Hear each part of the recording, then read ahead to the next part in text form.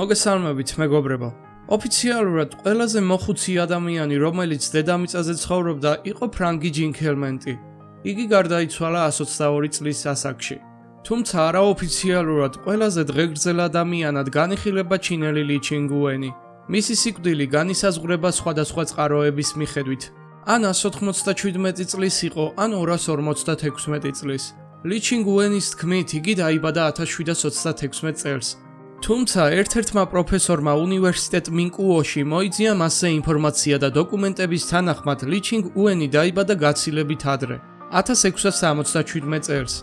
გარდა ამისა, არსებობს ასევე ჩანაწერები, რომ ჩინეთის მთავრობის იმპერატორმა ალი ჩინგუენს მიულოცა დაბადების დღე, 150 და 200 წელი.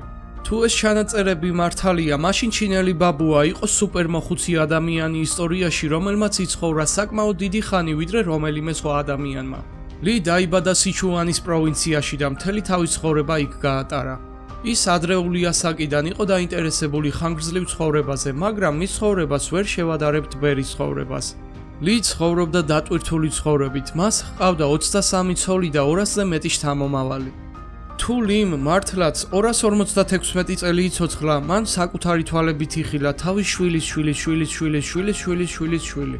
შეიძლება კიდევ მეტი შთამომავალიც იხილა. ლის განსაკუთრებით აინტერესებდა ბუნება და აგრეთვე ბრძოლის ხელოვნება.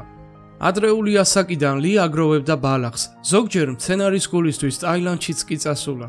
რამდენიმე მცენარეს აგროვებდა თავისთვის, ხოლო დანარჩენს ყიდიდა. იმ შემთხვევაში, თუ მის ჯანმრთელობას პრობლემა შეექმნებოდა, ალი მცენარეთა ფოთლებით, ყვავილებით და ფესვებით მდუღარე წყალში სამკურნალო ნაყენს ამზადებდა, ხოლო ინფუზიის მასალებს კი ადამიანებისგან იღებდა.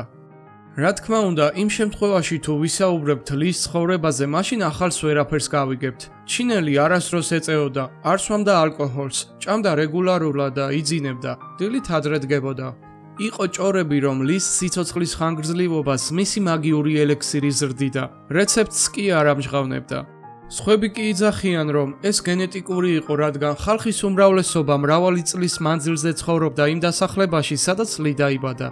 ყოველ შემთხვევაში, ხალხი, რომლებიც ლის პირადად იცნობდნენ, იხსენებდნენ, რომ ის იყო ძალიან კეთილი პიროვნება და ჰქონდა იდეალური მეხსიერება. მას ადვილად შეეძლო გაიხსენებინა შემთხვევა, რომელიც 150 წლის წინ მოხდა. ადგილობრივებს მთელი თავის ცხოვრება ახსოვთ ალი. ადგილობრივების თქმით, როდესაც პატარები იყვნენ, ალი მაშინ მოხუცი იყო. ადგილობრივების ბებიები და ბაბუებიც იძახიან, რომ ალი ახალგაზრდა არავის ახსოვს. ერთხელ ლიმ თქვა, რომ სიცოცხლის გახანგრძლივების საიდუმლოება მარტივია.